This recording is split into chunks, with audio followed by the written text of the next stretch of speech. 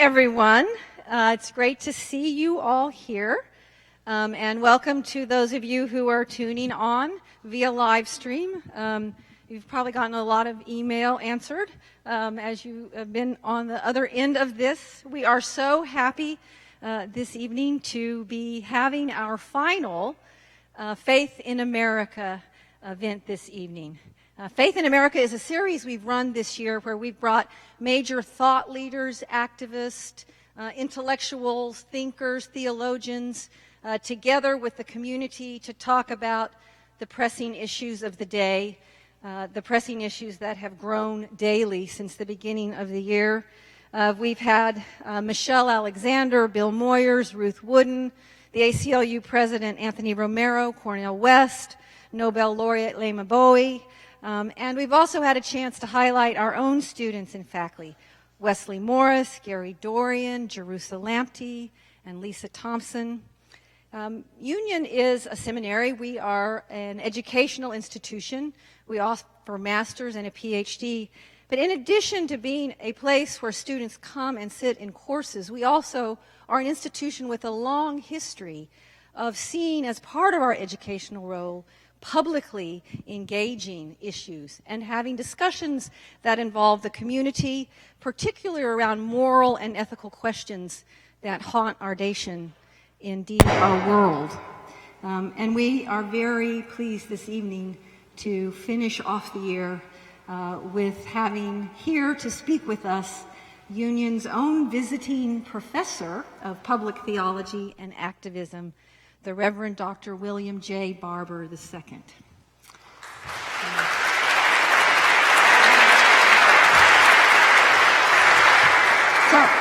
I have a long and wonderful introduction for Reverend Barber, but I'm going to go through it really quickly so we can get Reverend Barber up here. As many of you know, he is first and foremost a pastor at heart in the Christian Church Disciples of Christ, and he's been for 20 years the pastor of Greenleaf Christian Church in Goldsboro, North Carolina. He's president of the NAACP in North Carolina, the largest single chapter in the nation. He is the author, along with Jonathan Wilson Hartgrove, of The Third Reconstruction, How a Moral Movement is Overcoming the Politics of Fear and Division. He writes regularly for The Nation and appears regularly on MSNBC.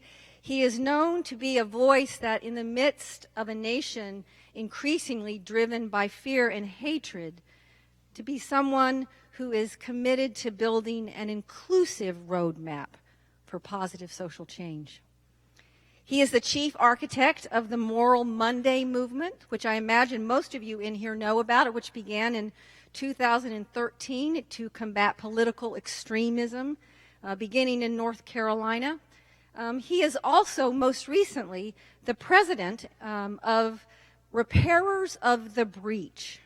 Building off the success of Moral Mondays, he has co-led, along with the Reverend Dr. James Forbes, who is also with us. Reverend Forbes, where are you? I saw you come in. Ah, there, welcome. So we're glad to have you with us. Along with Reverend Forbes and the Reverend Dr. Tracy Blackman and Sister Simone Campbell, all of whom have stood up here and been a part of our conversations.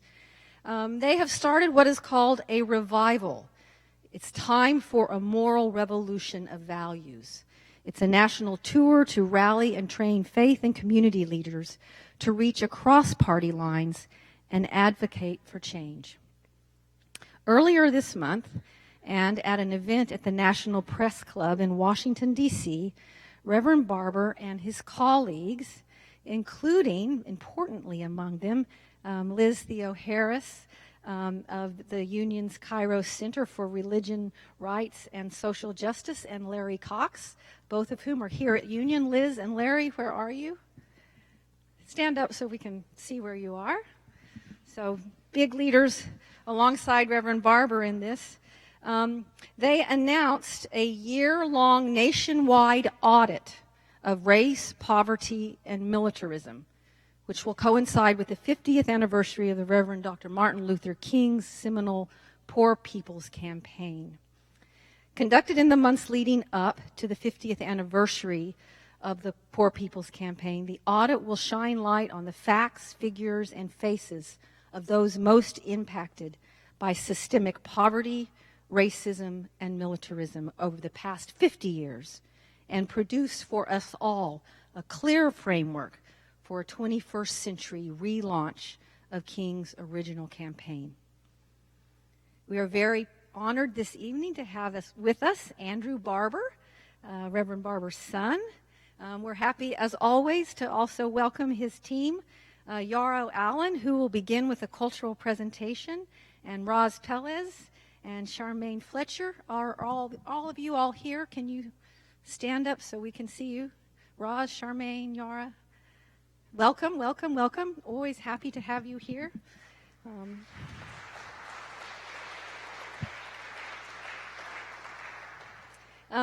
So this evening we will begin with Yara. We will see a presentation. We will hear from Reverend Barber, and then have a chance for some conversation, questions, and answers at the end. So I'm now very pleased to welcome the Reverend Dr. William Barber.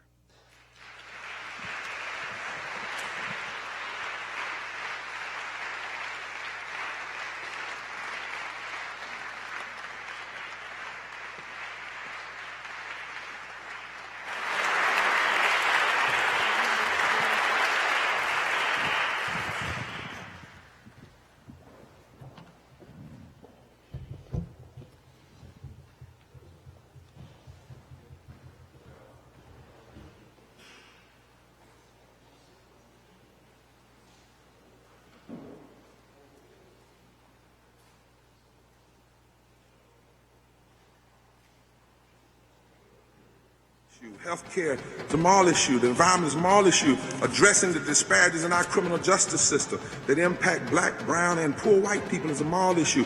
Protecting and expanding voting rights and immigrant rights and LGBTQ rights and women's rights and Native Americans and labor issues. Those are moral issues. It's not a liberal position or a conservative position. It's immoral to see God shed his grace on us and then refuse to shed grace on immigrants and Muslims and people who are gay. It's just wrong. And what we need to be asking of all of our leaders when all of these policies is not, is it the left position or the right position, but is it constitutionally consistent? Is it morally defensible? And is it economically sane? Teddy Roosevelt was a Republican, but Teddy Roosevelt wanted universal health care. Teddy Roosevelt wanted a minimum wage. Teddy Roosevelt wanted to protect the environment. Teddy Roosevelt supported public education. Teddy Roosevelt said we need to get our money out of politics. Teddy Roosevelt supported raising the minimum wage. What we have in this country is extremism that has hijacked parties. We have a heart problem. That's why we're moving across the country. Because way down in our hearts, we still believe that justice is right.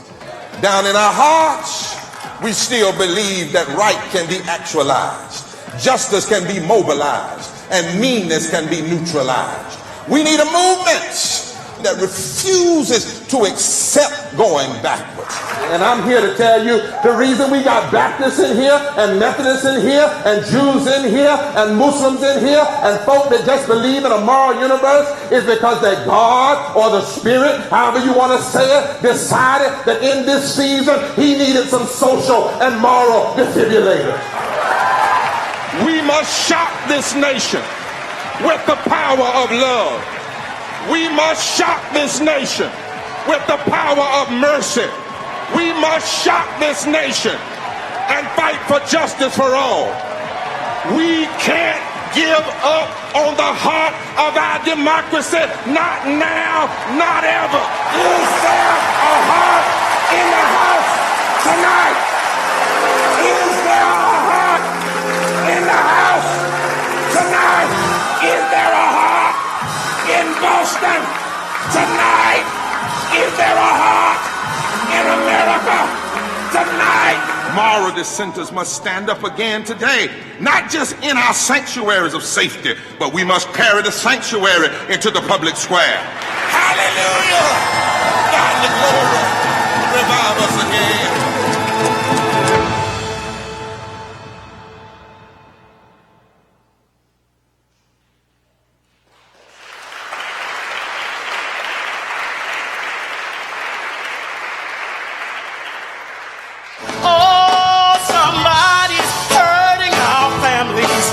it's gone on far too long.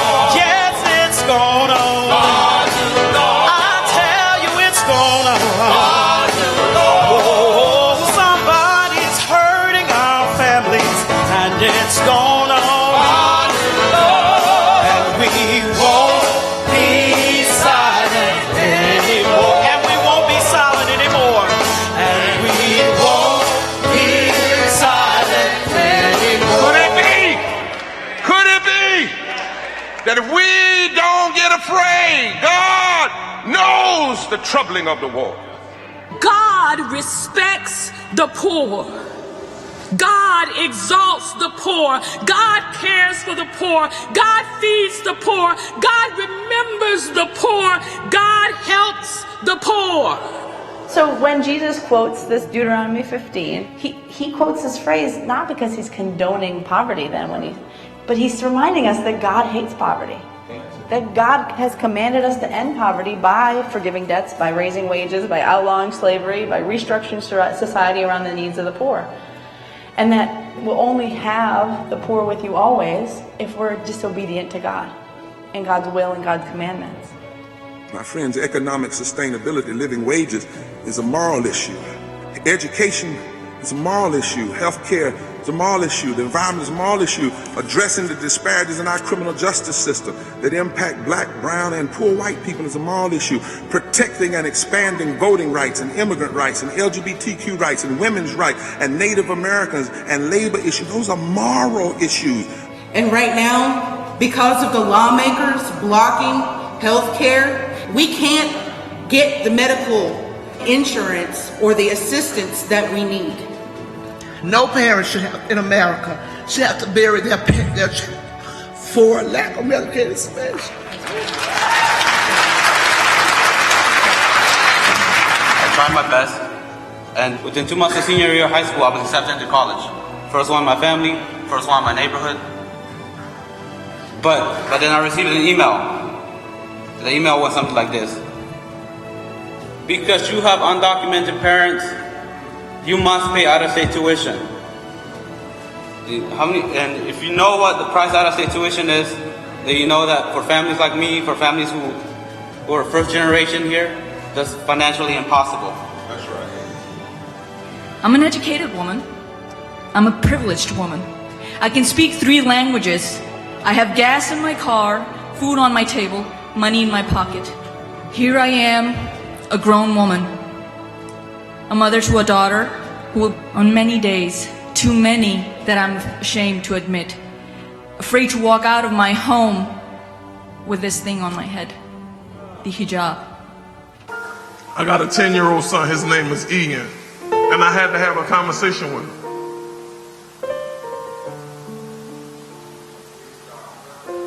I had to have the conversation with him of how he needed to act if the police ever stopped him.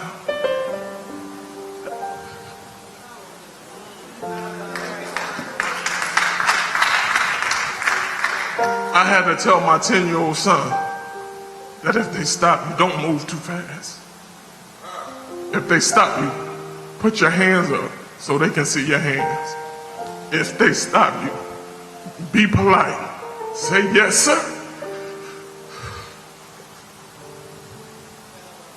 Because it's more important for you to come home at night than anything else. It is important that if they stop you, that you listen to their commands and don't move too fast. Too many of the brothers are getting killed. We have to do something as a group.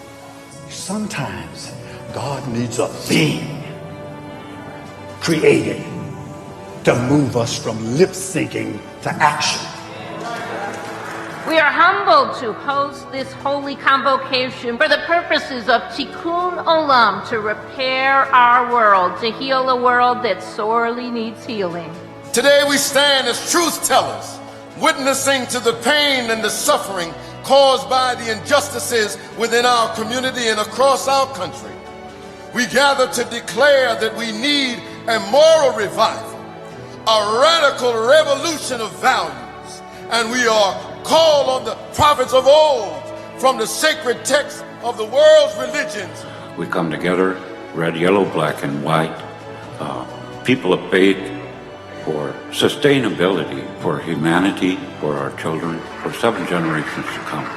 Tonight we stand to replace legislation of fear with statutes of surety, manifestations of hate with respect for all humanity, from those of every faith and non-faith, and the baleful devastation of greed with a promise to uphold the well-being of every individual, regardless of race, gender, religion, nationality, culture, or creed. We join voice with voice until all are heard, and arm in arm until all are seen. God is recruiting you. I want to know, are you willing to be a part of that association? Are you willing to say, here am I, Lord, send me? No more standing down. We are going to fight for the heart and the soul of America with every breath we have.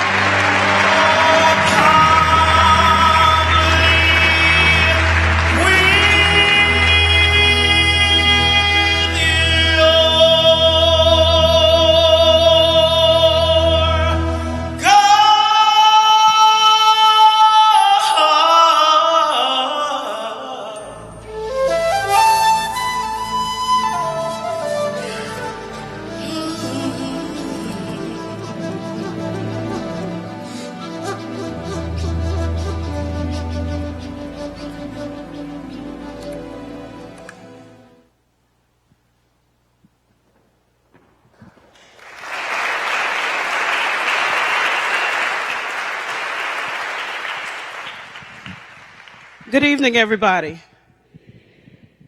I'm Yara Allen, and I've come to sing with you because I've been to Union a few times now, and I know that some of the best voices I've ever heard find their way right here at Union. And if you're one of those voices, raise your hand. Don't be ashamed. If you know you can sing, okay, we'll find out in just a minute. So music, as you know, is very important in a movement. And in our Forward Together moral movement, we use a lot of music. And before this music is ever heard, we vet it. We vet this music. Just like, you know, you have to say the right thing, you have to sing the right thing. Because the truth is that sometimes we can sing people out of action. Just like in our churches sometimes. I'm just saying. And so what we've discovered is that music does not always have to be high energy to have a heavy impact. You remember the song, of course you do. Amazing grace, how sweet. Isn't that an impactful song? And it's not very high energy. So we're going to sing together. We're going to sing a song. And when I mentioned that we vet music, something that's very important to us is the right that the ancestors gave to us to kind of tweak the music so that it'll fit the times that we're in. And one such song is Hush, Somebody's Calling My Name. Now, if you use that song at the wrong time, it can sing somebody out of action. Because if your leader, your pastor, whoever it is who's speaking, if they're up talking about, come on, let's go. Are we ready to fight? Are we ready to fight? And then you come with, hush. They just spent 30, 40 minutes trying to get you to open up your mouths. And then the song is, hush. Somebody's calling my. But the funniest thing is at the end of that song, oh my Lord, what's the word? Oh my. Well, for 40 minutes, they just told you. Just told you what you should do, and then you're going to come back with a question. So sometimes we have to tweak songs so that they don't sing us into a state of apathy. And so when we use this song, we're going to say, hush, but who are we speaking to when we say, hush, somebody's calling my name? You know, we're talking to fear. We're talking to whatever that thing is that looks bigger than we are in the moment. We're talking to apathy. We're talking to all those people in our ears that say, child, I wouldn't go to jail if I were you. But you know that you have to put your bodies on the line. You know that? So we'll sing, hush. Hold on, let me do something. This is not right. We stand together when we sing because we have to do a sound check. So everybody do this. All together, 1, 2, 3. 1, 2. Okay, I just want to check the rhythm section. All right. So that means hush, boom, boom, boom, hush. You got it? Let me hear the rhythm. Whoa, wait a minute. I hear a bass. It's what we call back home scraping the bottom. Okay. And so the next thing we do is we get a sense of who's in the room. So I want all the sopranos in here to raise your hands. All the sopranos. Okay. All right. All the altos, raise your hands. Tenors. Bass, baritone. And then for all of you who we dearly love, we love you. I promise you we do. There's a category, I don't know. And what we always get is some of the same people raising their hands. So now it's confession time. I confess I said alto, but I really don't know. So if you're standing next to an I don't know, love on them. Love on them. Don't give them your note. Just love on them and bring them with us, okay? So let's try this. But we're going to say, hush, somebody's calling my name. And I know what I must do. And I asked about the different voices because we want to put harmony to it, okay? And we won't have time to go through all the parts, but since you're alto, soprano, bass, baritone, tenor, you already know where you are. I trust. Wait a minute, that's not good enough. All right, here we go. Hush. I took it up a little bit. Hush. I need to hear the rhythm. Somebody's calling my... How about we say justice is calling my name? Hush. Hush. Justice is calling my name. Hush. Hush. Justice is calling my name. And I know what I must do. The rhythm sounds good. Voices are beautiful. Hush. Hush.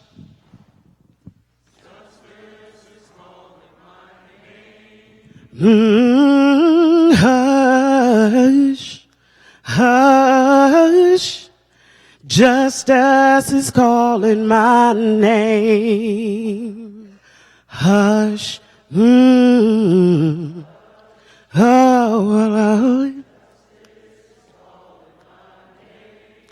And I know what I must do. Let's hum that.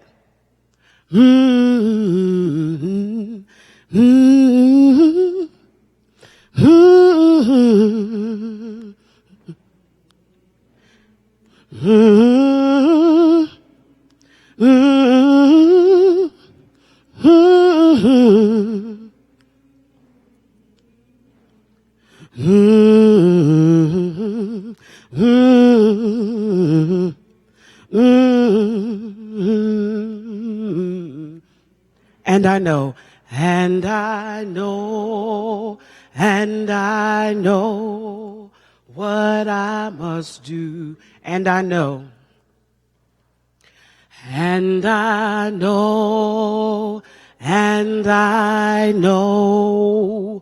what I must do. I think we got an on-the-road choir. So we're going to call this the Union Theological Seminary Justice Jump-Off Choir. All right?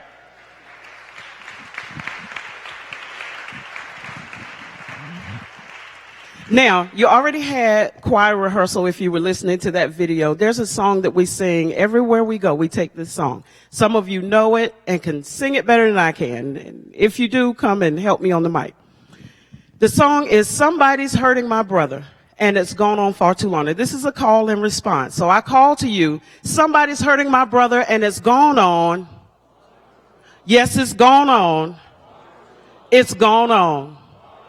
Somebody's hurting my brother, and it's gone on. And they're all together, and we won't be silent anymore. Okay? And so we're still going to have the same rhythm section. Y'all are good at clapping on the and. I mean, you know, stomping on the and. So we're going to clap on the and. We're going to speed it up this time. Okay? Oh, somebody's hurting my brother, and it's gone on too long. Yes, it's gone on far too long. I tell you, it's gone on far too long. Oh, somebody's hurting my brother, and it's gone on far too long. And we won't be silent anymore. Yeah, you know, somebody's hurting my sister, and it's gone on. Yes, it's gone on. I tell you, it's gone on. Yeah, somebody's hurting my sister, and it's gone on. And we won't be silent anymore. Have you heard? Somebody's hurting the children, and it's gone on. Yes, it's gone on. I tell you, it's gone on. Yeah, somebody's hurting our children, and it's gone on. And we won't be silent anymore. Did you hear? Somebody's pausing the water, and it's gone on. Yes, it's gone on. I tell you, it's gone on. Oh, somebody's pausing the water, and it's gone on. And we won't be silent anymore. Yeah, somebody's closing the borders, and it's gone on. Yes, it's gone on. I tell you, it's gone on. Oh, somebody's closing the borders, and it's gone on. And we won't be silent anymore. Oh, somebody's stealing our votes, y'all, and it's gone on. Yes, it's gone on. I tell you, it's gone on. Oh, somebody's stealing our votes, y'all, and it's gone on. And we won't be silent anymore. Keep it going, and we won't be silent. And we won't be silent anymore. So how about this time without the clapping? Keep your voices. And we won't be silent anymore. All together. And we won't be silent anymore.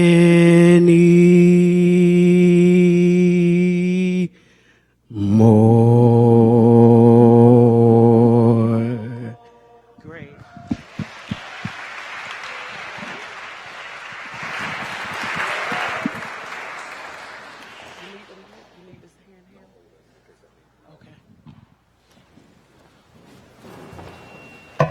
Well, I can say now it's good to be home.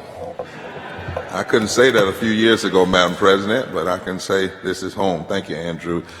We thank God for God's mercy and God's grace to be here tonight with you and to share in this series. Now, part of what we're doing tonight is modeling what we call the MPOLIS, the Moral Political Organizing Leadership Institute and Summit, that we had the privilege of doing across the country, more than 25 states, and we couldn't have done it, Madam President, without Union, Fred, without you, without Derek, without Liz, without Dr. Forbes, without the support of Auburn. I am deeply indebted.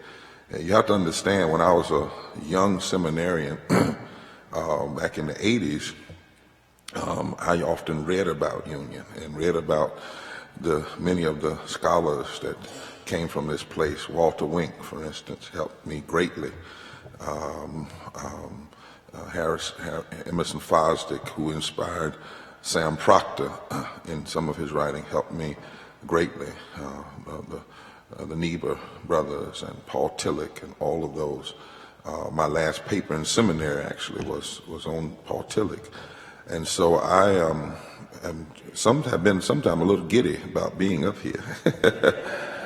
But it's been such a marvelous thing. Let me thank always Yara Allen for singing, but more than singing, as a theomusicologist, for interpreting the movement. The song she just sung was written on the spot one night when we were dealing with coal ash, people who were literally dying and having all kinds of sickness. And at the end of that meeting, preparing for organizing, I asked her to interpret the moment. And what came out was, somebody's poisoning the water. And it's gone on far too long, and we won't be silent anymore. And it has become an anthem around the country. Always glad to see Roz Pellis, who is a tremendous guide and wisdom. She has been a godsend in my life for the last 3 to 4 years as we were moving this Moral Monday concept, not only in North Carolina but around the country. Glad my son, who's an up-and-coming artist and computer, he does a little bit of everything. He's up and coming, and glad he could join me on this week. And of course, Miss Fletcher, who couldn't be with us because we're juggling schedules. It's getting interesting now. God help us, hold us, and have your way with us. For we know that whenever you call anyone to do anything in your name, you take the risk of putting treasure in an earthen, frail, flawed, sometimes faulty vessel, but you do it that the excellency of the power might be of thee and not of us. Hide us behind your cross, cover us in your blood. In Christ's name we pray. Come, Holy Spirit, come. Amen. Don't ever mess around and pray with Dr. Jim Forbes. Get you in all kinds of things. He and I was doing a little sabbatical up here, and because we had just been through the battle in North Carolina, and he and I were talking one day about the possibility of a revival, and he was always reminding us how close it's getting to that 50th year anniversary of Dr. King, and the things you have to do if you truly honor the prophet in the 50th year of the prophet's anniversary of the prophet's death, and how you can't just pass those moments any kind of way. And we were talking, and I was up in that little room that you all had applied for me. I was reading Joseph Stiglitz's The Price of Inequality. I was going back, picking up The Crucified God by Moltmann, and picking up some of James Cone's earlier works, and he would come by and stop while I was doing my study, and I was reading and studying a lot of the prophetic texts in the Bible that connect economics and morality. And Dr. Forbes and I were in that prayer time, and we thought we heard the Lord say, why don't y'all go out and do 7 revivals? And we knew we heard the Lord. The Lord just didn't tell us everything. And we knew that there needed to be a moral revival, but Sometimes you can't take everything through our bureaucracies, even in the church, because by the time they finish with it, it either will not happen or it'll be so watered down, there's no need for it to happen. And so we went to Sam Proctor conference, and he introduced me. I preached, and by the time we finished, preachers were all at the altar saying, this is something, the time has come. Tracy Blackman jumped in and said, I'm going. We hadn't even talked to her. She just got caught up in the spirit. And then we talked to Sister Simone, and we talked to Rabbi Jacobs. And then the Lord revealed to us, as I said earlier today, how God fooled Isaiah. You know that story of Isaiah. God showed him this what I call this light show with shaking. You know, the clouds and the seraphims and the lightning and the temple shaking. And Isaiah got so enamored in that moment, so caught up. He said, Lord, here am I. Send me. Didn't ask where, what. But somewhere when he kind of came out of that moment, he said, now, Lord, wait a minute, where am I going? And how long am I supposed to go? And the Lord said, until, which is a long time. And then he said, well, how many people are going to listen to me? He said, 10%. He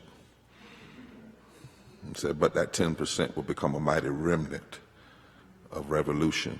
And we started out with 7, and by the time it was over, it was 25 states. And I want to talk to you about something that we've learned, I believe Dr. Ford's been going, and that is, there is a need in America, particularly, for a political Pentecost. The 2nd chapter of Acts says, when the feast of Pentecost came, they were all together in one place, and without warning, there was a sound like strong wind, gale force wind, uncontrollable. No one could tell where it came from. It filled the whole building. And then there was fire that spread through their ranks, sat on every head. And then they started speaking in a number of different languages as the Spirit prompted them, and everybody heard in their own tongue. Christians remember this story every year as the beginning of our liberation movement in the way of Jesus. The apostles were in an upper room, still trembling, because their friend, the one that Peter had identified as the Christ, the Son of the living God, the Messiah, had been crucified, had been killed as an insurrectionist, had been killed because he dared to be born among the poor, live among the poor, and stand up for the poor. And it had been killed by the kind of leadership that loved to put its face on money, loved to build towers and put its face on towers and overlay those towers with gold.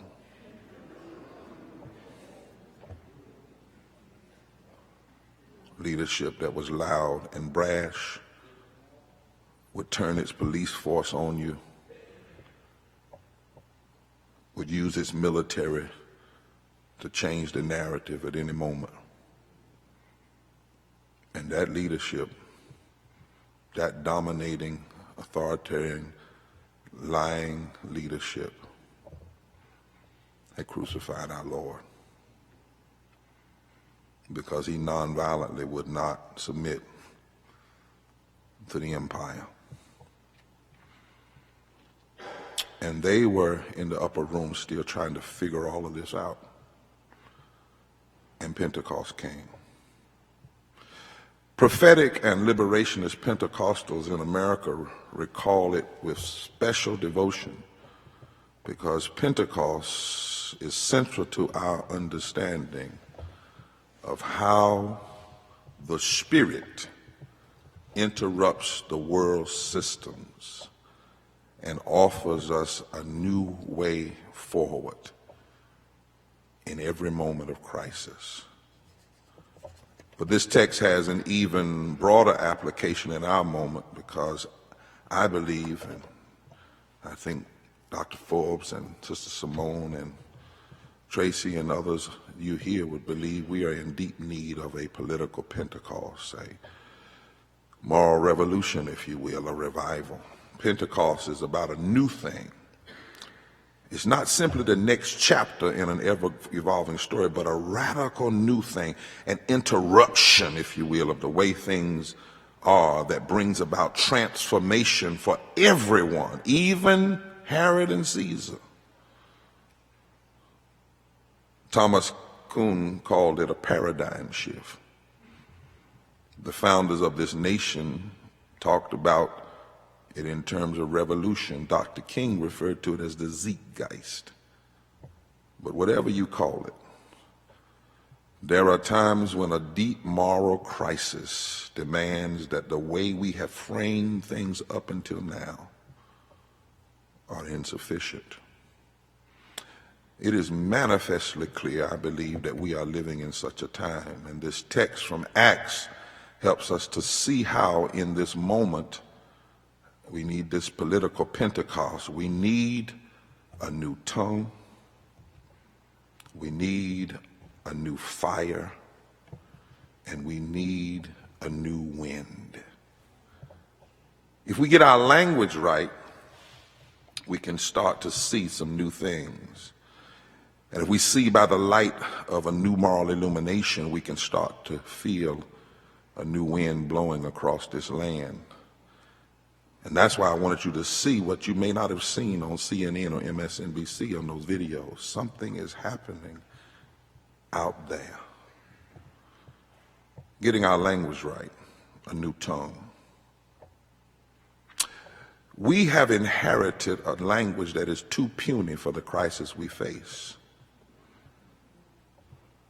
And even in our seminaries and in our other schools, many times we are not teaching folk how to be open to speaking in tongues, the new tongue. Somewhere, somehow, progressives, for instance, learn how to allow themselves to be labeled by the empire. So we progressives go around talking often in a strange tongue, saying that we are the so-called left. Problem with left and right is it doesn't even describe the reality that exists now. It comes from the French Revolution time. These terms were passed down to us, and I believe sometimes these terms were deliberately sown into the public discourse so that even in trying to articulate our positions, we undermine our positions. We call ourselves left and then call other people right and then try to convince people they're wrong.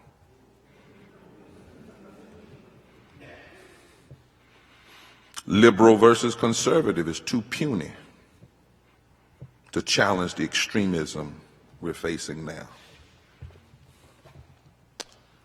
Even the language of moving toward the center, too puny. Because if somebody's way over there extreme to the 10th degree and they move back toward the center to the 5th degree, it's still extreme. Let me see if I'm country, so let me see if I can make this live. If you go to the nicest, most prestigious bar in New York and drink a fifth of Jack Daniels, or if you're out on the street corner in the worst part of the city and drink a fifth of Jack Daniels, the only thing different is your location. You're still drunk. So you're extreme to the 10th degree and you move a little bit and you're still extreme to the 5th degree, you're still in trouble as a nation. That's my point. We need a deeper moral language to name this crisis. We have to be open and learn to speak in tongues if we're going to challenge the lies. Good gracious, so many of them. This is no time for polite conversations about alternative facts, alternative lies, alternative truths. We need moral clarity. Those of us who stand for love and justice and mercy are not the religious left. Are there any media in here tonight? I hope so. I want y'all to tweet that. You are not on the religious left when you stand for love and justice and mercy and caring for the least of these and caring for children and women and respecting people.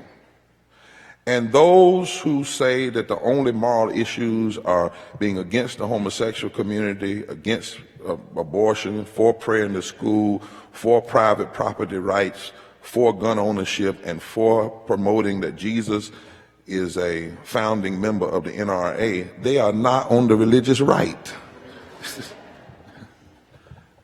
You won't, I don't think I see the rabbi right here, this rabbi right here. I don't think there's anything about right. Moses didn't go to Pharaoh talking about, I'm on the religious right, left. And your magicians are on the religious right. I don't even think right and left. Now there's some language in that Old Testament about righteousness and unrighteousness. There's some language in there about sin. But too often, we've learned and picked up this wrong language. In fact, it's really not about religious left and religious right. It's about honoring our deepest moral and religious values versus religious heresy. It's a form of heresy to suggest that the only thing from a faith perspective God is concerned about is how you beat up on homosexuals, how you hurt, how you care about abortion, prayer in the school, gun rights, property rights. And that being a person of faith is how much you can do to harm the least of these. Those are not two equally balanced positions. One is outright heresy. If you read from our Constitution, those who believe in justice and the common good and caring for the general welfare and domestic tranquility are not on the left.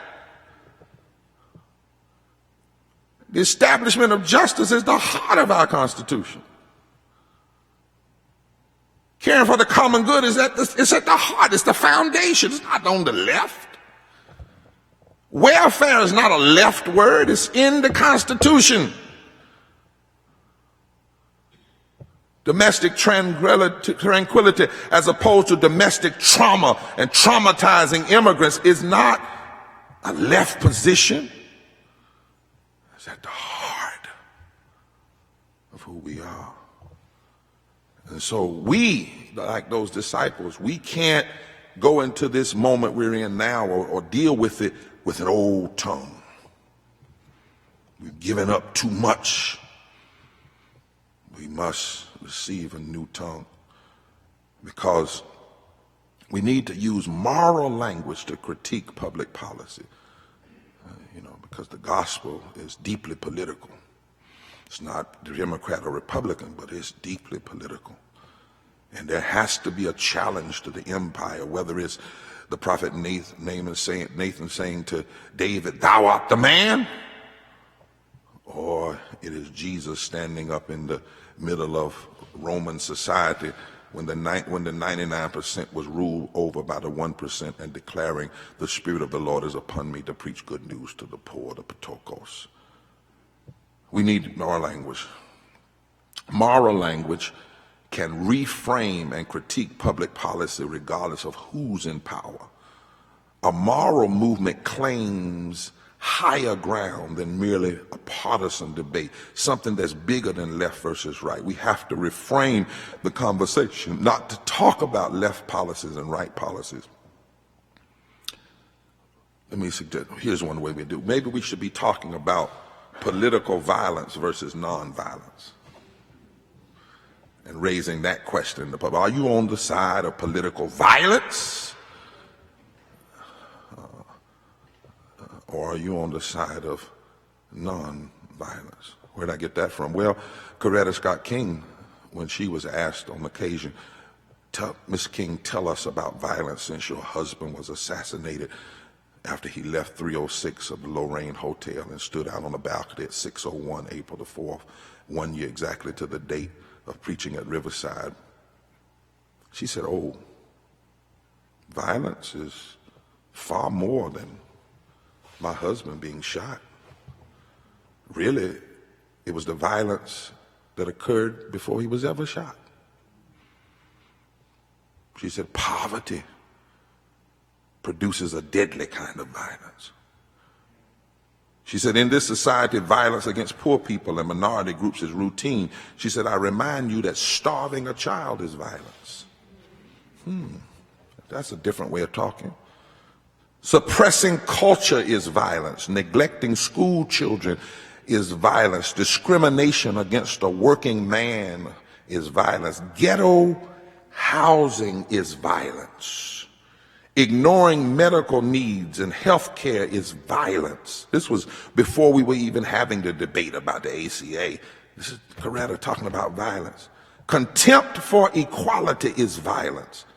And then she said, even a lack of willpower to help humanity is a sick and sinister form of violence. Maybe the question, one of the ways we ought to be talking in the public square is not about left, are you on the left or are you on the right, but are you on the side of political violence or political nonviolence? Moral language gives you new metaphors. You can say, I'm against this policy, not because it's a conservative policy or liberal policy, because I'm conservative and liberal in many different ways. Let's not use language that puny.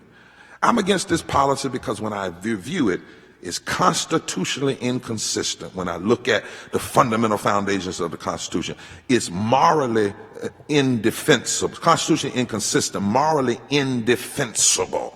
When I look at the great tenets of religious values around love and justice and caring for the least of these. And if it's constitutionally inconsistent and morally indefensible, then it's going to be economically insane.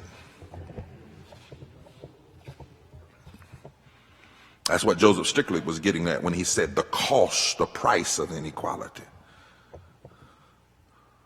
We have to challenge this use of language. You know, in the Bible, the greatest sin in the Bible is the sin of idolatry.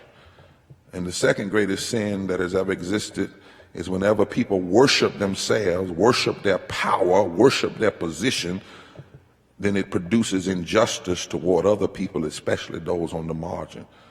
And there are more than 2,000 scriptures, some say 3,000 scriptures in the Bible that deal with the issue of injustice toward women, the stranger, the poor, the sick, the hurting, and the unacceptable. And you know what the Bible calls it? Sin. Maybe we need to talk about sin in the public square. I mean, Ezekiel did. You ever heard these folks say the reason Sodom and Gomorrah fell was because of homosexuals? Well, since you want to go to the book, let's go. And let's go to Ezekiel 16, verse 48 and 49. It says that Sodom and Gomorrah fell and other nations fall because they commit adultery. But the adultery is playing the whore on God.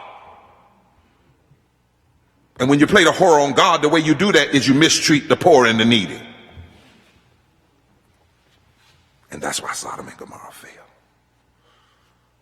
Watch out, America. Because mistreatment of the poor and the needy is sin. Deep religious and moral values and a moral framework has been the backbone of every great progressive movement. I've gone back and started reading some of the debates, like for Social Security and debates around civil rights. I can't find where they talked in left and right language. You won't find it. I mean, Lyndon Baines Johnson, he didn't talk about the war of poverty in terms of left and right. He talked about the moral issues, civil rights as a moral issue. Franklin Delano Roosevelt said, listen, any company that will not pay its workers 25 cents an hour does not even deserve to be in America. He never talked about this as a left position or right position. He would not allow himself to be boxed in like that. Abraham Lincoln didn't talk about it, the Union, as a left issue or right issue. Almost all of the great progressive things that we've seen, this language shift happened. The social gospel, when they looked at children dying because of the lack of child labor and people dying without labor rights and people in slums and poverty and not having a minimum wage, they didn't say, what's the left position? You don't find Walter Rauschenbusch or William Washington Gladden saying, what's the left position? They asked another question, what would Jesus do? Reframe. There would have been no labor movement without this kind of framing and underpinning. There would have been no abolition movement without William Lord Garrison. And when he was asked, why was he in jail? He said, I've been put in jail by a respectable mob for preaching the damnable gospel that all men are created equal. I'm not in here because I'm a lefty or a righty. It would not have been the New Deal. There would have, you go back sometime and read Dr. King, that first sermon when Rosa Parks had sat down, and she sat down strategically. I don't know if Jean is in here. She sat down strategically so people in the church wouldn't have time to pray about it and pray themselves out of a movement. Right? Her and the women had been playing. They were like Shipra and Puah. They had been playing all the while to take on Pharaoh. And Dr. King has to preach this sermon within 15 minutes at the first mass meeting. Read it sometime. There's not a word in there about left and right and conservative. He said, if we're wrong, God is wrong. If we're wrong, the Constitution is wrong. If we're wrong, the prophets were nothing more than utopian dreamers. That's a different way of framing issues. There would never have been a critique on poverty and unchecked capitalism and labor rights and health care and criminal justice reform and climate change and raising the minimum wage without a moral premise underneath it. And my God, we must reclaim that language today. If I were to say anything to any seminary, make sure your students come out of here knowing how to speak in tongues. Tongues of justice, the tongues of love, and make sure they know how to speak in the public square, not just in the comfortness of the upper rooms or the upper areas of their sanctuary. Because Pentecost moves you in the street. Make sure that they may have 50 books that you give them, and I'm all for that. I'm all for an annotated bibliography, but don't send them out of here and they know all those books and no Bible. Because we need some people that will say to the politicians of this age, if you're going to put your hand on the Bible and swear yourself into office, then we're going to make sure you know what's in it.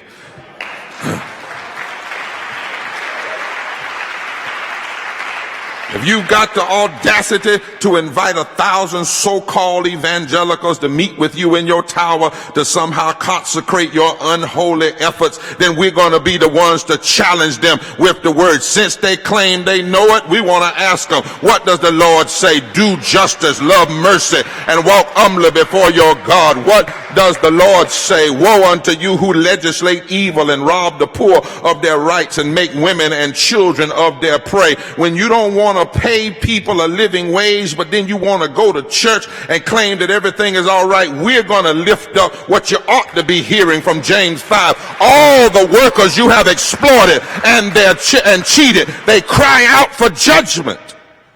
And the groans of your workers you used and abused are a roar in the ear of God. You've got to learn how. We must make sure that we do not withdraw from this kind of bibliology and this kind of moral conversation in the public square. Because when we do that, then we can say, when we have a moral framework, we can say some things are just wrong. I don't ever, whatever it is, I don't want to be it when everything, and there's nothing is just wrong. Some stuff got to be wrong. You know, some stuff it's not about if more people vote for it. Some things are just wrong. You know, I know some of us have gotten so modern, we don't like to say, well, let's negotiate. Some stuff just wrong. It's just wrong to take health care from people. It's just wrong. And to tell people you can't have it if you can't buy it. That's just wrong. Especially when the folk trying to take it get free health care just because they got elected. It's just wrong. Dr. King once said it's criminal to have people working on a full-time basis and a full-time job getting part-time income. We got to recover some of this. I like it when Dr. King, at the end of his life before they shot him, he said, if America does not use her vast resources of wealth to end poverty and to make it possible for all of God's children to have the basic necessities of life, she too, like the rich man in the story of Dives and Lad, will go to hell. This is no time for cute political politeness. Some things are not just have equal standing as partisan debate. We can't even allow them just to be partisan debate. Denying people fundamental living wages and voting, just wrong. Any nation that seeks to spread xenophobia or is leading the hatred against immigrants and fosters racism. Any nation that accepts poverty as a norm is on a spiritual and moral devolution rather than evolution. You're going down. Any time as a nation when a president, any one of them, Democrat or one, drops bombs, and when you drop the bomb, then commentators and political pundits say, now you're being presidential. I don't care if they're Democrat or Republican. When that is the norm for being presidential, then we are experiencing a moral deficit and spiritual weakness. I heard a sister say this week, and it's been grabbing me all day. Any time a nation will, I don't care what party, will put mother on a bomb.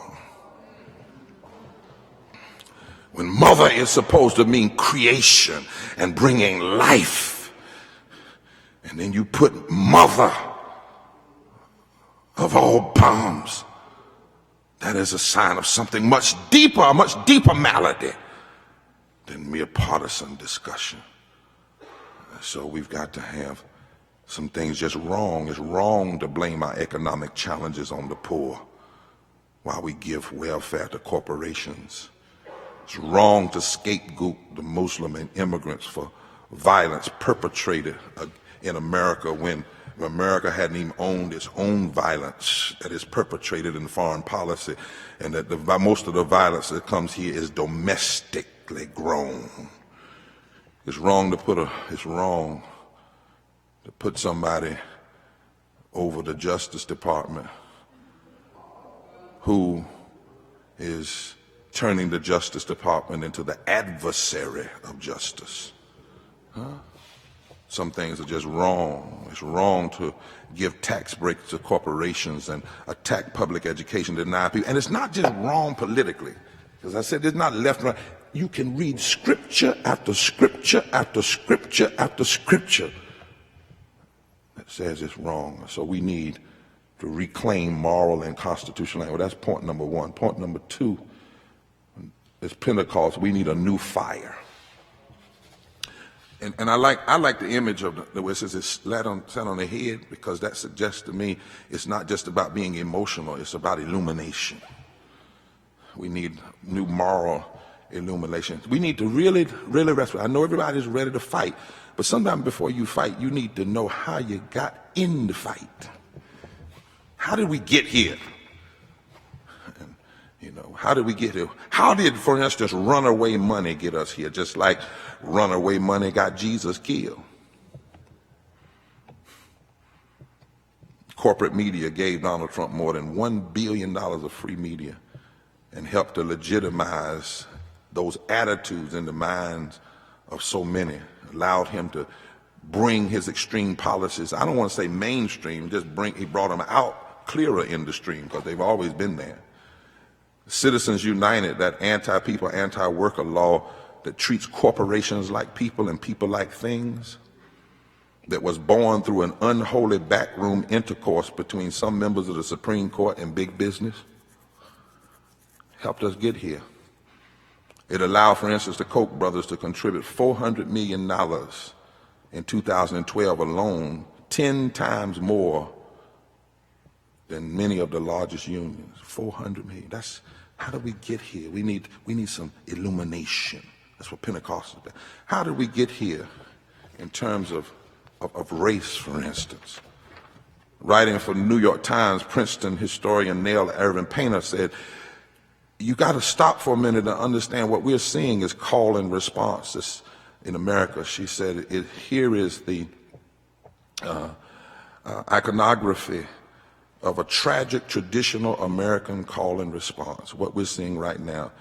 The call, a challenge to the status quo, and then the response is outbreaks of meanness and reclamation and taking back. You know, on election night, like many of you, I felt a great sadness for America. But it wasn't a Democratic sadness. It wasn't a Republican sadness. It was a sadness for the heart and soul of this nation. It's impossible to react to the election of Donald Trump with anything less than moral outrage. David Remnick in the New Yorker said, vulgarity unbounded. But the fire of a political Pentecost will help us see beyond Trump.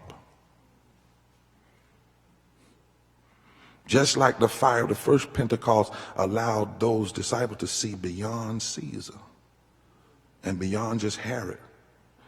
You see, one writer said Trump ran his campaign sensing the feeling of dispossession and anxiety among millions of voters, white voters in the main, and many other voters, not all, but many followed Trump because he was willing to trumpet their fury and affirm their sense of deeply rooted in this nation's history of race and class, that the new world had conspired against their interests. Now Trump, this writer says, offered no answers. He merely said, you are right to be afraid and very afraid. Obama is the boogeyman of a coming diversity that will undo the world you grew up knowing, and I alone can save you. And we need to step back a minute and understand what we're really dealing with here. Yeah. She went on to say, Nell went on to say, we do face a dire situation, but it's not new. Number one, Trumpism is as American as apple pie. There could be no Donald Trump without America's first black president. Van Jones got it right when he said we're experiencing a white lash. And we must be clear that every stride toward freedom in U.S. history has been met with the same backlash. We have to understand this moment. We faced it during the Reconstruction. And I was told when we first started doing our, don't talk about Reconstruction. It's too hard of a concept. Most people don't. You need to get you some bumper sticker phrases. Don't raise it. That's the problem now. We've dumbed down our political ethos and thought process. We have to know this history. I think it's a text when Moses was dying, he said, gather the people every 7 years and rehearse to them where they will come, so that you will not raise up a generation that did not know from whence they have come. In the shadow of the slavery and amid the wreckage of the Civil War, African Americans joined hands with whites in the North and South who were willing to see one another as allies. Within 4 years after the end of the Civil War, white and black alliances controlled every state house in the South.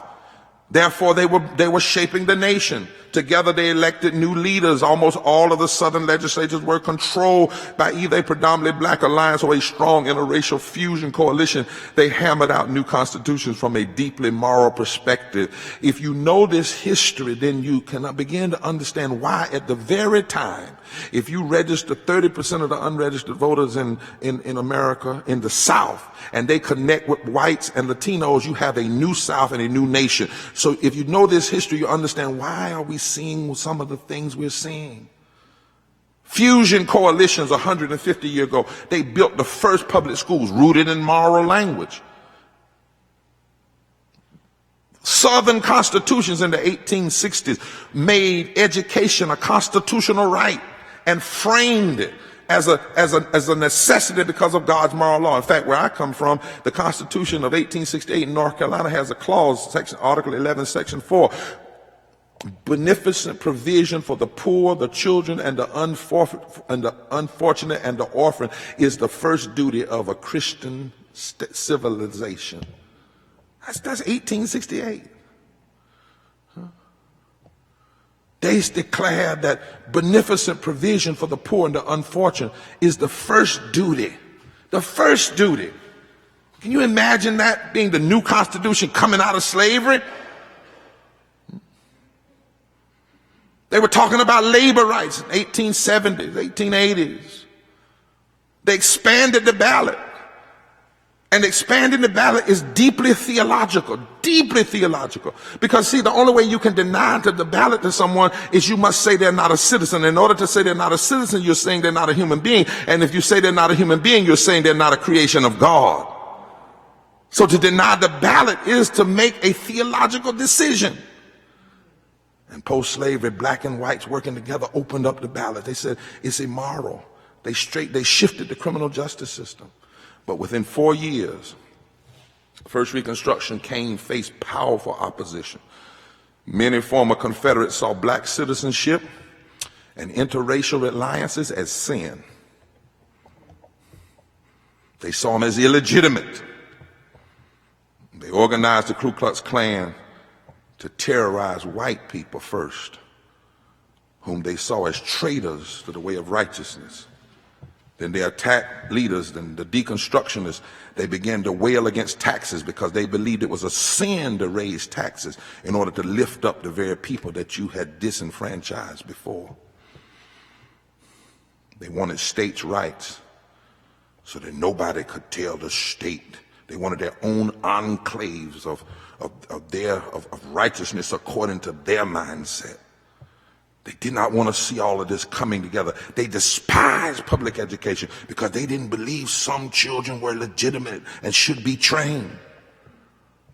They stood against labor rights because they still held on to the perspective that some human beings were not as worthy as others. And then in 1877, you have an election that was a selection. A man gets elected. Well, he gets selected. He loses the popular vote. He wins the Electoral College, but he has to cut a deal. The deal is I'll cut taxes. I'll pull the law enforcement protection out of the South, and I'll give you back the Supreme Court. 1877. And the mantra of that era, in essence, was, we've got to take America back and make it great again. And they covered this activity over with a hypocritical form of religion called the redemption movement, and declared that it was God's will to redeem America. Second Reconstruction, the Civil Rights Movement. Civil rights, labor, immigrants, women, poor folk came together, began to shift America in so many powerful ways. Civil Rights Act, Voting Rights, Fair Housing Act, War on Poverty, all had deep moral underpinnings. But then there was a backlash. It began when Dr. King decided right here to connect. He had always connected race and military, but he connected to challenge the war machinery and the war economy. And even those who had been his friends on the Civil Rights Act turned on him. Civil rights community turned on him. Some unions turned on him. And then Kevin Phillips said, we can win this thing, Mr. Richard Nixon, but we've got to learn, we got to come up with a strategy to take America back and make it great again. We got to use all kind of code words to get poor whites to vote against their own self-interest. And then we have to find a way to limit the moral discussion to prayer in the school, anti-gay, anti-abortion, pro-tax cut, pro-gun, conversation. We've glossed over this history. And a political Pentecost requires that we be illumined again to see it. Because if we could see this, so many people are so shocked by Donald Trump, we can't make sense of what's happening in front of us because somehow we fail to see that it's been happening all the while. And the one thing about the fire of Pentecost, it helps you to see clearly. You remember that day when they were saying, what is this, what is this? Peter said, this is that. This is that was prophesied in a time before when you had a similar reality. When God said your sons and your daughters will prophesy. Oh, can't we all be honest that the challenges that to what we saw, the challenge to America moving forward began early. This is not me trying to suggest that everything was perfect under Obama, far from that.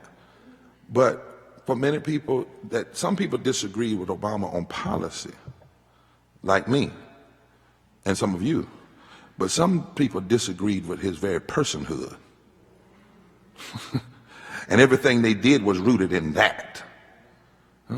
Like when they say you lie, not you are a liar, you lie, your existence.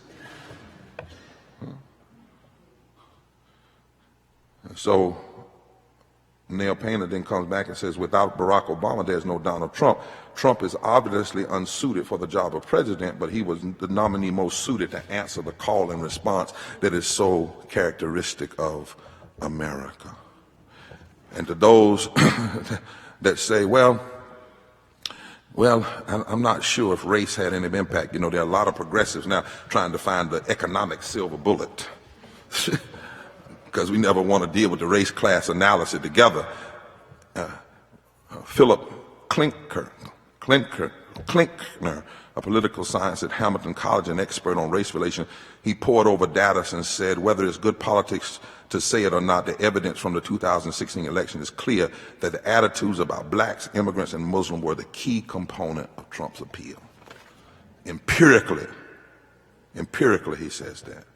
We need some moral fire, illumination.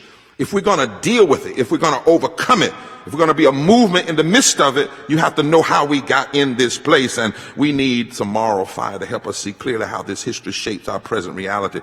Because I've heard too many people say over the past several months two things that irk me. One is, we've never seen anything like this before. And I want to say, what? If you didn't see it, it doesn't mean it wasn't happening. Donald Trump is not the first candidate to play on our worst fears and use divide and conquer tactics. 100 years ago, Woodrow Wilson, a Democrat, brought Birth of a Nation in the White House 100 years before Bannon was ever in the White House. Package may be different. Content is the same. And then the other thing, they say, oh God, it's the worst thing we've ever seen. Have you seen slavery, Holocaust, Jim Crow, lynching, denial of women's suffrage? Come on. The moral fire of a political Pentecost opens up our minds. We've seen this before. And in fact, we need to say that. We've seen this before. Because what the fire, if this is that, what the fire of Pentecost will tell you, not only have we seen it before, we know how to beat it. Because age after age after age, people have had to face it. And how did they face it? They came together, they built moral fusion coalition, they found common grounds, they linked arms together, they refused to be silent, and they refused to be divided. That's how it was beaten then, that's how it's going to be beaten now.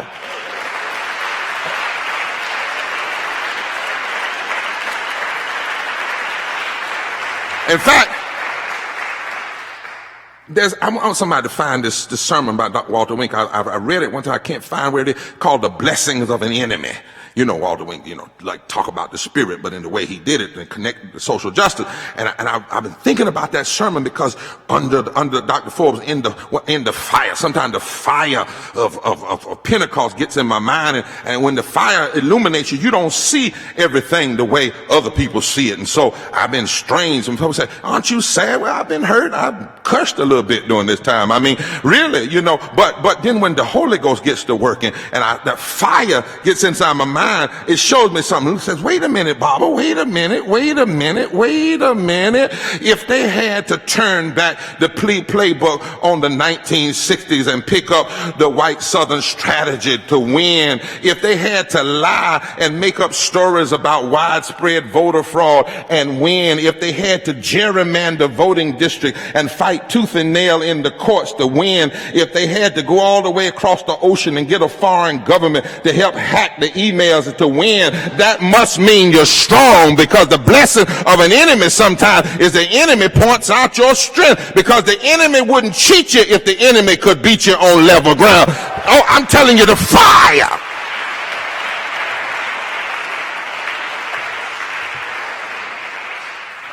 That's why I tried it all over the country to use the language of morality, and we have a heart problem, not a left or right problem.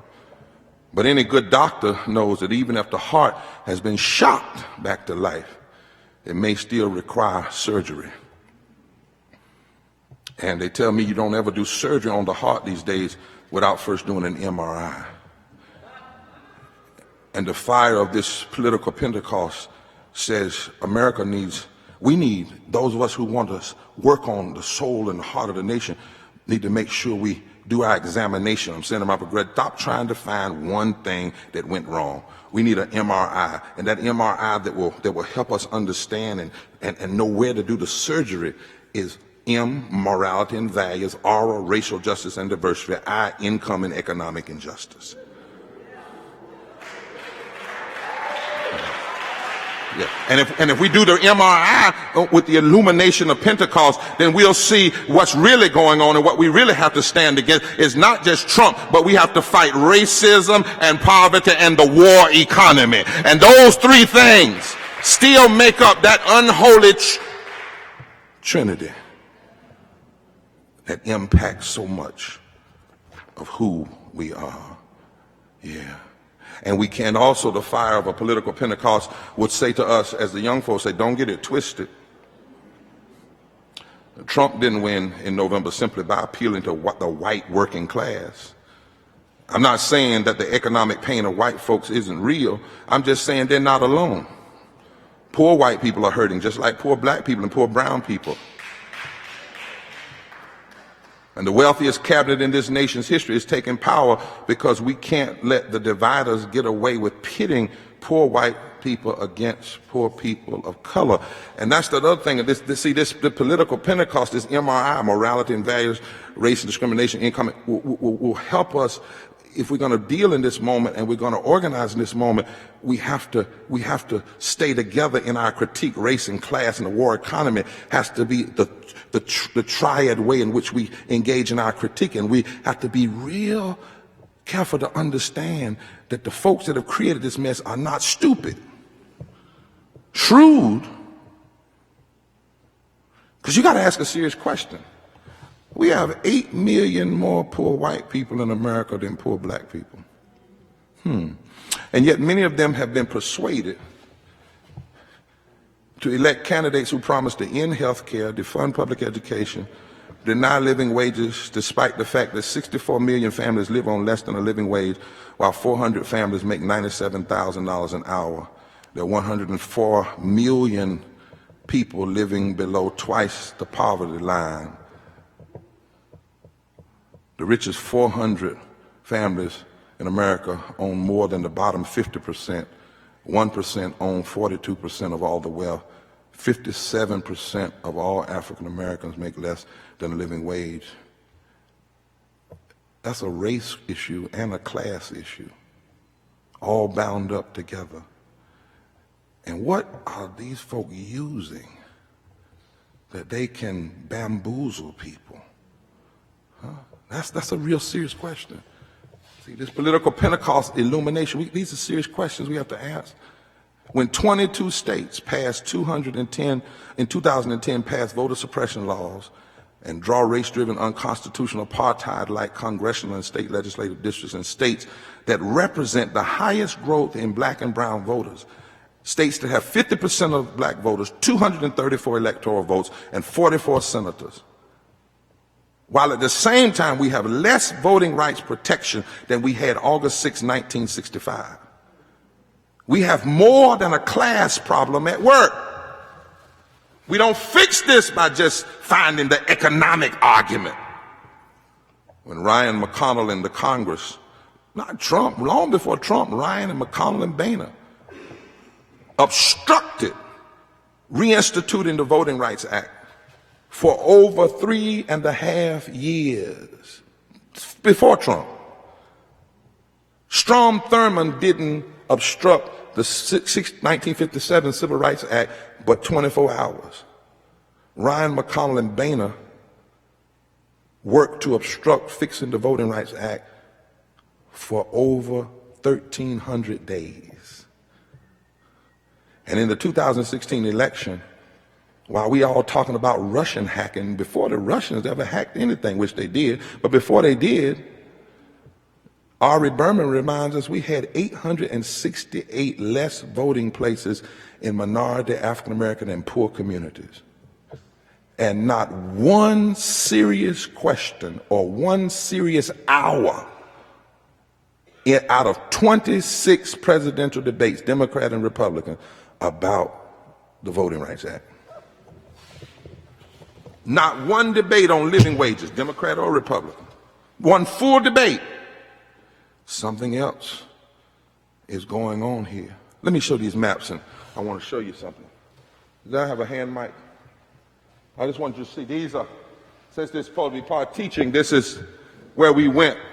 Dr. Forbes, Tracy, Sister Simone, these are all the states we went to the Moral Revival, where people are now organized. You see the South, you see the Rust Belt, something's going on out there. Every place, hundreds of clergy now trained, thousands of people coming out in churches that you wouldn't expect. In Birmingham, we did the training in a Jewish synagogue, had Baptists, Methodists, Charismatics, Pentecostals, Sikhs, Unitarians, Jewish brothers and sisters, Muslim, Fight for 15, Black Lives Matter, healthcare advocates, policy people, all in the same room. Then that night we were in a Baptist church in the Black Hood that was as diverse as everything you've ever seen. Go to the next map.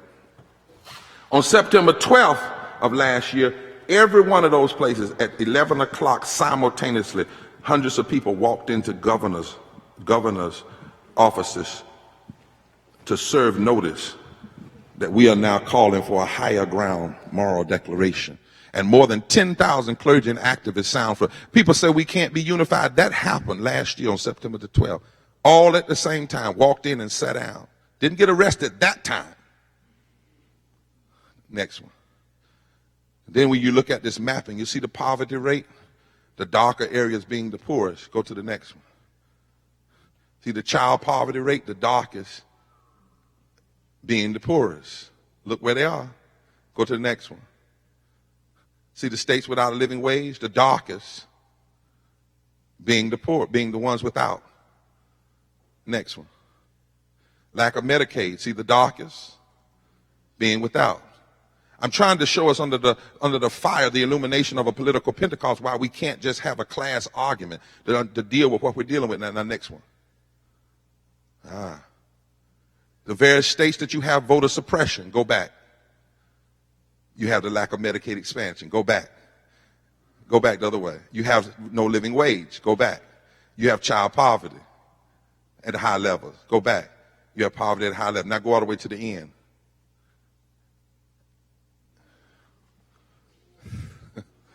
Now wait a minute before you ooh and ah too bad. These are not all you're in. These doesn't mean this is that kind of brand of evangelicalism. Because I'm an evangelical, so I'm in here.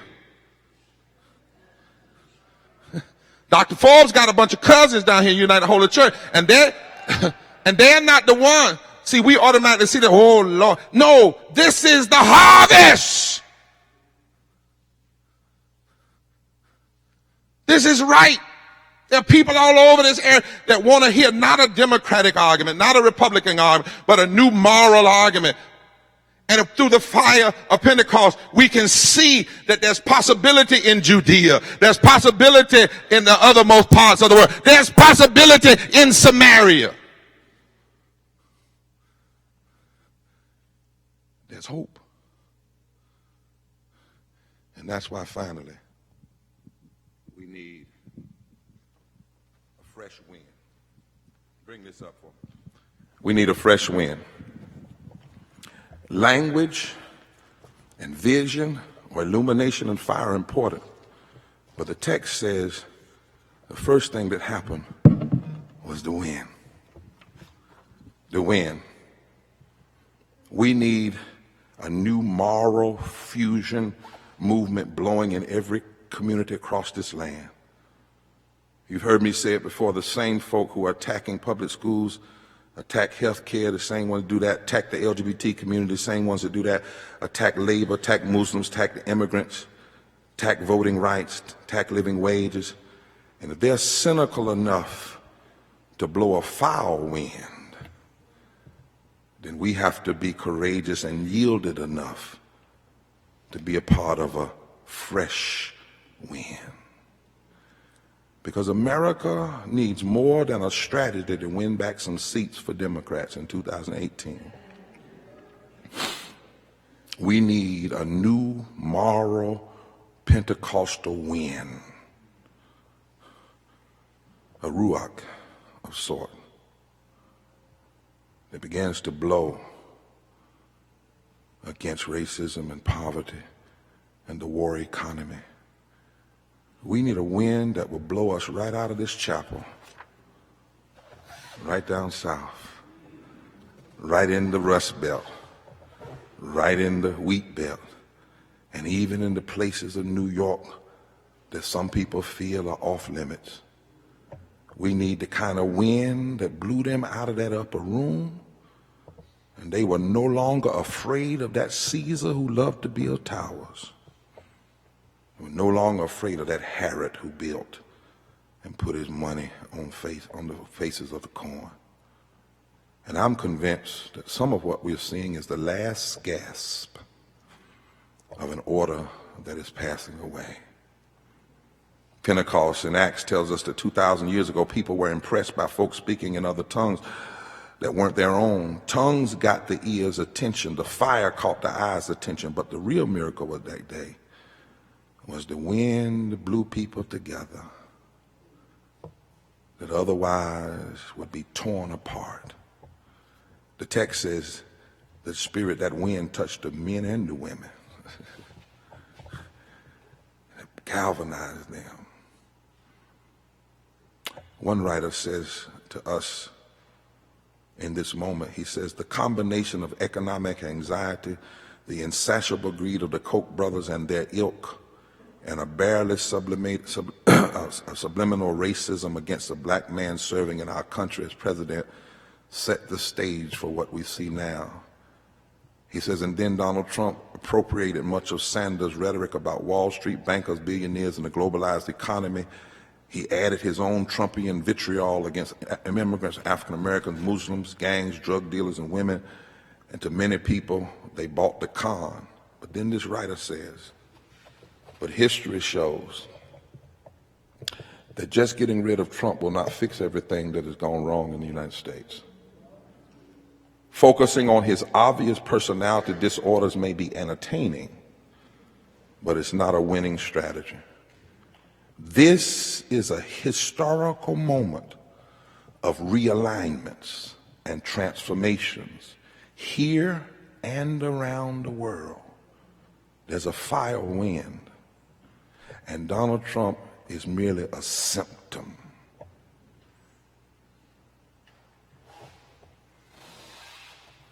And so we need a fresh wind. We believe one of the first ways we be a part of a fresh wind is when a few weeks ago we announced the Souls of Poor Folk, auditing America since the Poor People's Campaign's challenge on racism, poverty,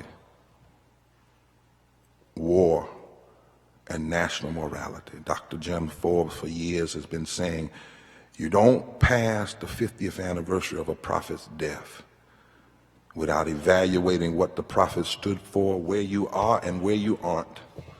And once you figure out where you aren't, the only way you can honor the prophet is to pick up from there and move forward. We are praying that this audit will begin to blow a fresh wind.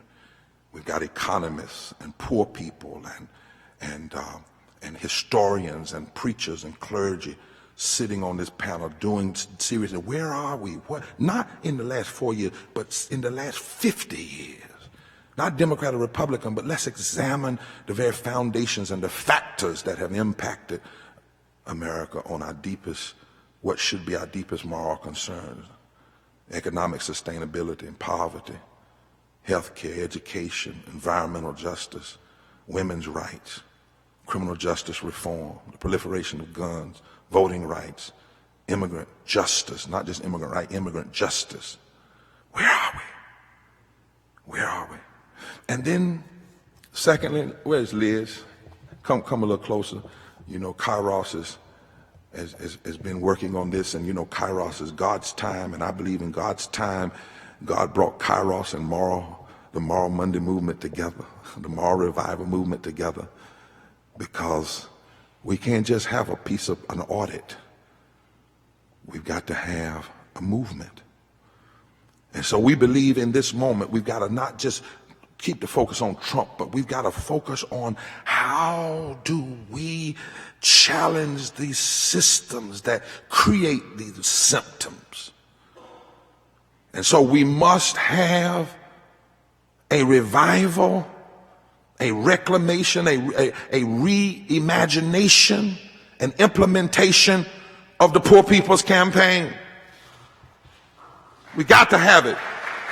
We can no longer just go and have memorials and commemoration services. That's not how you honor prophets and prophetic movements. The Bible says in Matthew 23, there are those who love the tombs of the prophets. We must not merely love the tombs. We must resurrect and embrace the vision. And we need a new Poor People's Campaign made up of clergy and poor people and artists and academics and people of every race and every gender to come together. And we need a season of resistance, not intermittent marches, but a season of resistance. Let me see, what about 40 days? Yeah, go back, take that back to those states with poverty, young man. Take it back to those states. What about 40 days? What about 40 days? Go back all to the moral revival. Go back, keep on, right? Yeah, go back, go forward one. What about 40 days in all those states? What would happen if we had 40 days?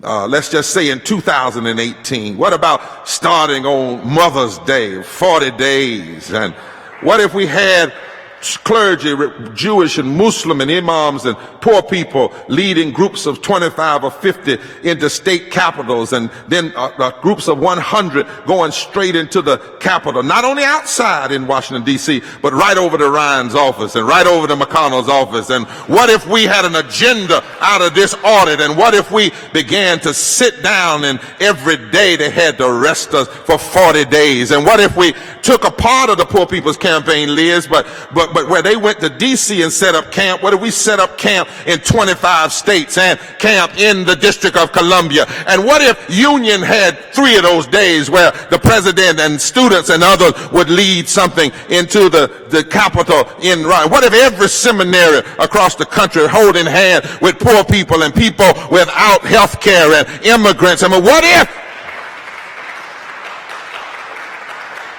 Yeah. Dr. King had us on the way, had us in the way. The system killed him on the way, and now it's time for us to find a way. We need to find a way to finish. We need to find a way. Somebody said, well, what difference will it do? Well, I know one thing. If that many people get arrested for that many days, it's going to at least change the narrative. And they tell me that life and death is in the power of the tongue. Walter Brueggemann said first you have to have moral imagination, prophetic imagination, and then you get prophetic implementation. And so we need it. And so I stopped by to tell you, Liz, come on now, that's what I'm committed to. I'm 50-some years old, bro. Dr. Forbes is 18, I think, in a little piece or something, and I'm 50-some. But we're committed, and I hope you will join us. You can go to breachrepairers.org and begin to sign up. But we've got to build a movement that has some wind, that has some ruach, that began to shake the foundations of this nation. That's bigger than one president, but it's about principle. It's about changing the trajectory of the nation. My good friend Dr. Willie Jennings just wrote a book, and in it, let me quote, and I'm through. He said the wind of Pentecost is the wind that's not controlled or paid for or contained by the empire. Lord have mercy. It's not just a Democratic wind or a Republican wind or independent wind, but a moral wind. And I believe it's time right now from 217 to 218. If we do it right, we'll birth a movement that'll last another 15 or 20 years. We have to do it. We have to do it. We have to do it. We've got to have this new tongue and new fire, and we've got to have a movement that puts a new wind beneath the knee. What if for just 40 days everybody could stay in their silos? You know, Black Lives Matter could do their thing, women could do their thing, environmentalists could do their thing for the other 325 days. But for 40 days, we decide to walk together, children, and decide to not be weary and come together and begin to blow. You know, I think we can do it. Not because I just am, an optimist. I am hopeful. I don't have to walk by faith altogether on this. I can walk by sight. Because slavery was a foul air. But then a new wind was brought by Harriet Tubman and Frederick Douglass and Quakers and white evangelicals who got together when women didn't have the right to vote. That was a foul air. But then Sojourner Truth and Elizabeth Canton State got together and created a new wind. Every major social movement in this nation has ever been won is because somebody came together and created a new wind. Jim Crow was a foul wind, but then Rosa Parks and Dr. King and Rabbi Heschel and James Reeb and Viola Woosa, they all got together with Swanner, Cheney, and Goodman, and they began to blow a new wind. Apartheid was a foul wind, but Nelson Mandela and Bishop Tutu and so many others got together and they allowed a new wind to blow them into a new reality. It's time for a new wind in America, and the Bible teaches us that wind blew them together, and when they got on one accord, they came out of the upper room and they upset the empire, and they changed so much that when they came to town, somebody said, these are those who turned the world upside down. I want to be a part of a new wind. I feel a wind blowing. I feel a wind blowing. It's blowing right here at Union. It's going to blow down south. It's going to blow all over America. It's going to blow all over the world. We are not going to let the prophet's dream die. It's time. There's a new wind blowing.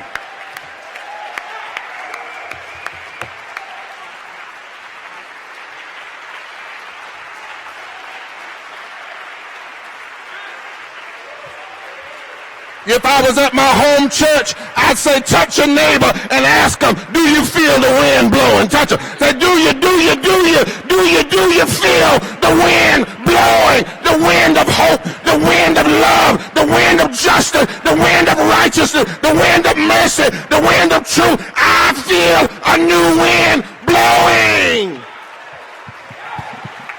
Blowing. Blowing.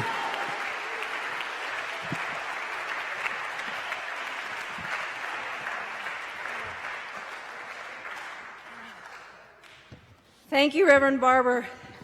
Thank you for that wind, that spirit. Thank you for the hope, for the truth. Thank you all for coming, and we all have a big mission ahead of us together, and it's a powerful thing to be blessed by your voice, your witness, your wisdom, your vision, and your willingness to step out there and to lead us. So we give thanks for your presence here tonight, and our spirit goes with you as we all go out together. Tell them to sign up. Tell them to go to Breach Repairs or Kairos and sign up. And one last thing, go online and go to Repairers of the Breach and sign up.